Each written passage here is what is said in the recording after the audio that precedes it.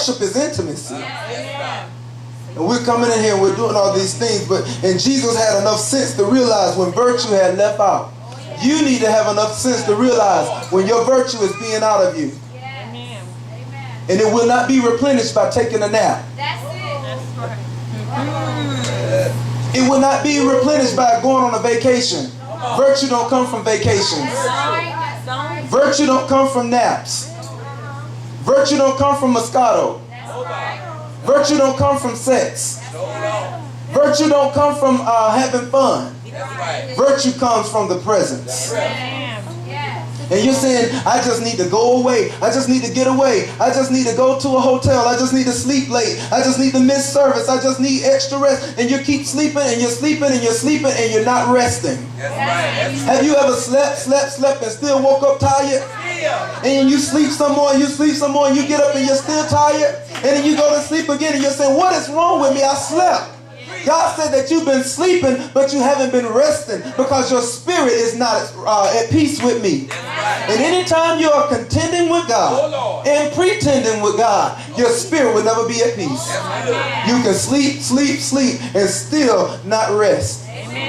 Because God said, I want to replenish you. You need time to be in my presence. You need time to digest my word. Not sitting in church listening to somebody else's revelation of my word, but sitting in my presence and hearing what I'm saying to the church. The Bible says, he that have an ear, let him hear what the Spirit is saying to the church. You cannot intercede on E.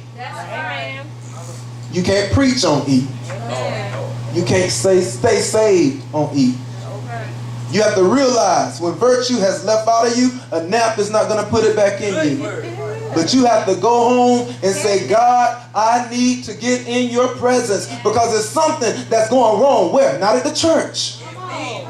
It's something that's going wrong at my house with my walk with God. Because when virtue has left out on you, you cannot blame it on your assignment.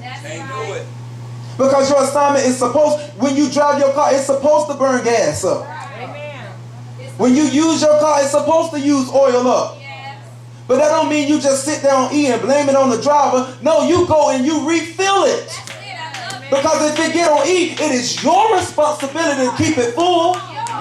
It's not the car lot's responsibility to keep your car on E. This is a bad car. They sold me a lemon. This car just broke down. There's nothing wrong with the car. You didn't put no more fuel in it. You got to go back and put some oil in your vessel. So if you sit here on E, don't blame it on the pastor. Don't blame it on the church. Don't blame it on God. Don't say we're having too many services. Say, I haven't been to the gas station. If you're going to keep driving it, you're going to have to go to the gas station more times than usual. If you done drove your car 100 miles this week, you're going to have to go to the gas station about 5 times this week. Now, it doesn't matter. Well, last week I didn't have to go that many times. You didn't drive it but 20 miles. But according to the amount of mileage you put on your car, it's going to be the amount of trips you're going to have to make back to the presence. And if you say, God, I want you to use me for your glory. I want to raise the dead. I want to cast out devils. I want to be able to stand in the gap. I want to go on crusades. I want to see blinded eyes open. I want to see this world turned over. I want to go out and evangelize. You're going to have to do more than you did when you just came to Sunday school and you just led praise and worship. And you